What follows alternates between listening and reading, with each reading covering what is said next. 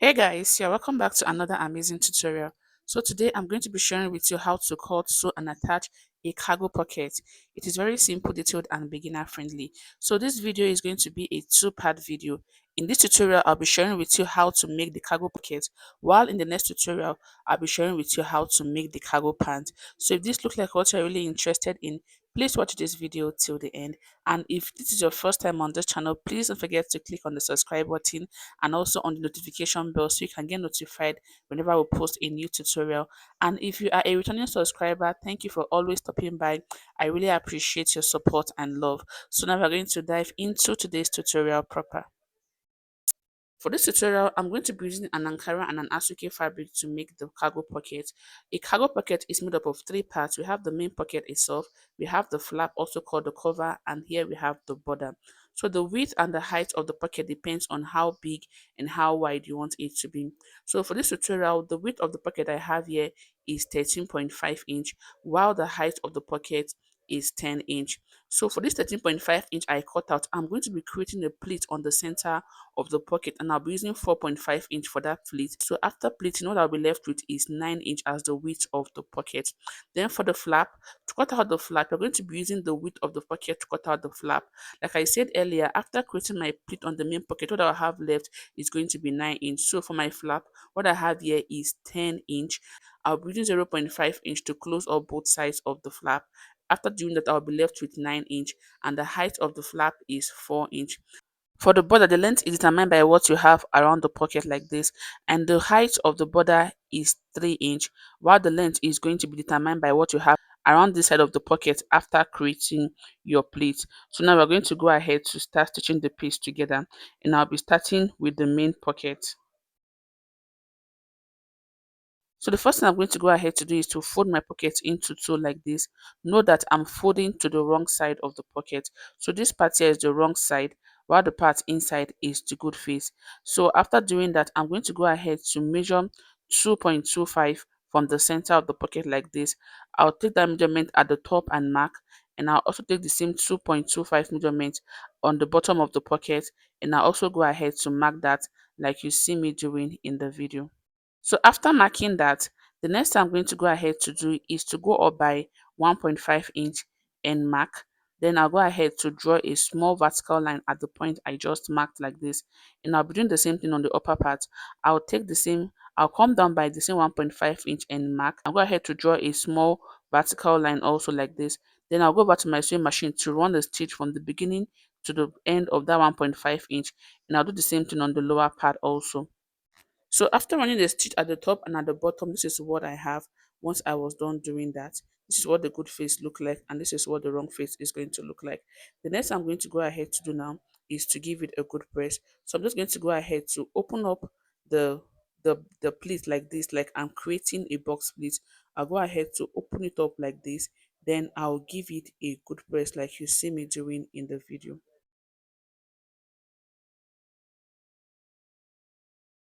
So after ironing, this is what it is going to look like. So if you want this box effect to be on the good face like the picture attached on the screen, you can simply go ahead to do it the other way around. But for me, I want to have this opening on the good face. That was why I left it like this. So whatever design you want to create on your pockets, the choice is totally yours to make. The next thing I'm going to go ahead to do now is to attach the border to the pocket. So here I have my border. What I went ahead to do was to fold in 0.5 inch on one side of the border while the other side is left unfold. The next thing I'm going to go ahead to do now is to place the unfolded part of the border on the edge of the pocket like you see me doing in the video. So when placing it on the pocket, once you get to this edge, you go ahead to create a notch at that point, or you create a little plate so that it will be easy for you to stitch around that corner. So what I'll go ahead to do is to create a notch once I get to that point, and I'll also be doing the same thing once I get to this other corner also. So I'm going to go over to my sewing machine to stitch the border to the main pocket using 0.5 inch all the way around. Then I'll come back to show you what next. So here I've gone ahead to stitch the border to the pocket, and this is what I have after I was done stitching it. The next thing I'm going to go ahead to do now is to cut off this excess border fabric I have at this point like this. Then I'll turn it over to the good face. So make sure you notch the lower part of the pocket so that you have this square effect at that point, and you not struggle when you're stitching the pocket to your main trouser. The next thing I'm going to go ahead to do now is to go over to my sewing machine to hem the upper part. So I'll go ahead to fold in 0.5 inch first, then I'll fold it over again, after which I'll run a top stitch on the upper part of the pocket. After running that stitch, I'm going to also go ahead to press my pocket by folding in the border, then I'll give it a good press all the way around. So once I was done hemming the upper part of the pocket and also giving the pocket a good press, this is what I had once I was done doing that. The next thing I'm going to go ahead to do now is to run a top stitch on the side of the pocket all the way around using 0.5 inch. You can use 0.25 inch if you wish. I'll just go ahead to go over to my sewing machine to run a top stitch on the pocket like this. And once I'm done running the top stitch on the pocket, I'll also be working on the flap of the pocket. So here I have the flap of the pocket. So remember, you're cutting out two pieces for the flap. One is going to be your main facing, while the other one is going to be the main lining. So you go ahead to place them like this, making sure the good face are facing each other. Then you stitch using 0.5 inch all the way around. After stitching, I'll turn it over to the good face, give it a good press. So if you don't want your pocket to be straight, you can simply go ahead to draw a curve at this point, or do whatever design you want your pocket to be. But for me, I'm going to be working with it straight like this. So I'll go over to my sewing machine and stitch all the way around. Then I'll turn it over to the good face. After which I'll also go ahead to top stitch the pocket. So here I have the pocket, and this is what it looks like. So I went ahead to top stitch all around the pocket, and this is what the pocket looks like. And here I have the flap. After stitching and turning the flap over to the good face, I also went ahead to run a top stitch on the flap. This is what I have. So make sure that the flap and your pockets are aligning. So make sure that they are both aligning. You don't have any gap on the side so that it fits properly. The next I'm going to go ahead to do now is to attach the pocket to my pants. So here I have the pants. I went ahead to join the sides of the pants together. So the crotch area is not yet joined, but I've joined the sides together, and this is what I have. This is one part of the pant. The next I'm going to go ahead to do now is to mark where I want to insert the pocket. And to do that, I'm going to go ahead to take my tape rule, and I'll take my measurement from the waist. So I'll be attaching a waistband of 2 inch to the pants. So I'm going to go ahead to start taking my measurement from that 2 inch, and from that point I'll take 13 inch. So this is where I'm going to be inserting the pocket. So I'll just go ahead to mark that point like this. After marking the point, I'll draw a straight horizontal line at the point like you see me doing in the video. Sorry, my chalk is not really coming out. Just watch carefully so you understand what I'm trying to explain. So next, I'll bring my pocket and I'll place it on the pant like this. So make sure that the side seam on the pocket is aligning with the center of your pocket like this. Then you go ahead to trace the pocket on your main fabric like you see me doing in the video.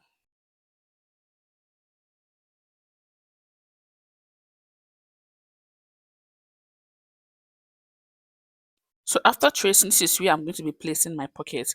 The next thing to do is to mark where to place the flap. So for that, from where the pocket stopped, I'm going to go ahead to be going up by 0.5 inch. So in this video, I marked 1 inch upward, but while stitching, I noticed that the 1 inch was too much, so I reduced it to 0.5 inch.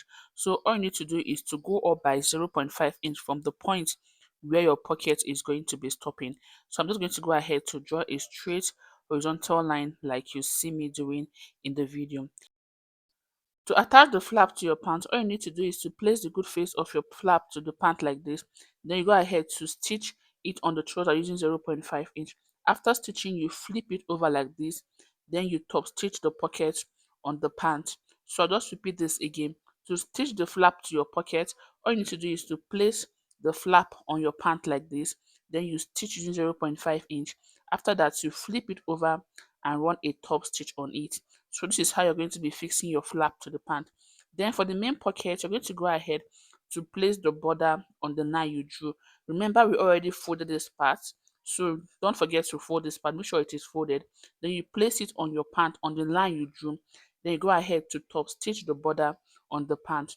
So when you get to this edge, you're going to go ahead to create a little pleat at that point and top stitch all the way around. So note that you are stitching the border to the pant alone. You are not stitching the main pocket to the pant, you are stitching the border to the pant. So once you're done stitching the flap and the pocket to your pant, this is what it is going to look like. So I'll go over to my sewing machine to quickly do all this. Then I'll come back to show you what it looks like. And also I'll be attaching another pocket below. So I'll be coming down by 6 inch from where the first pocket stopped, and I'll place the other pockets on this other side. So I'll do this, then I'll come back to show you what it looks like.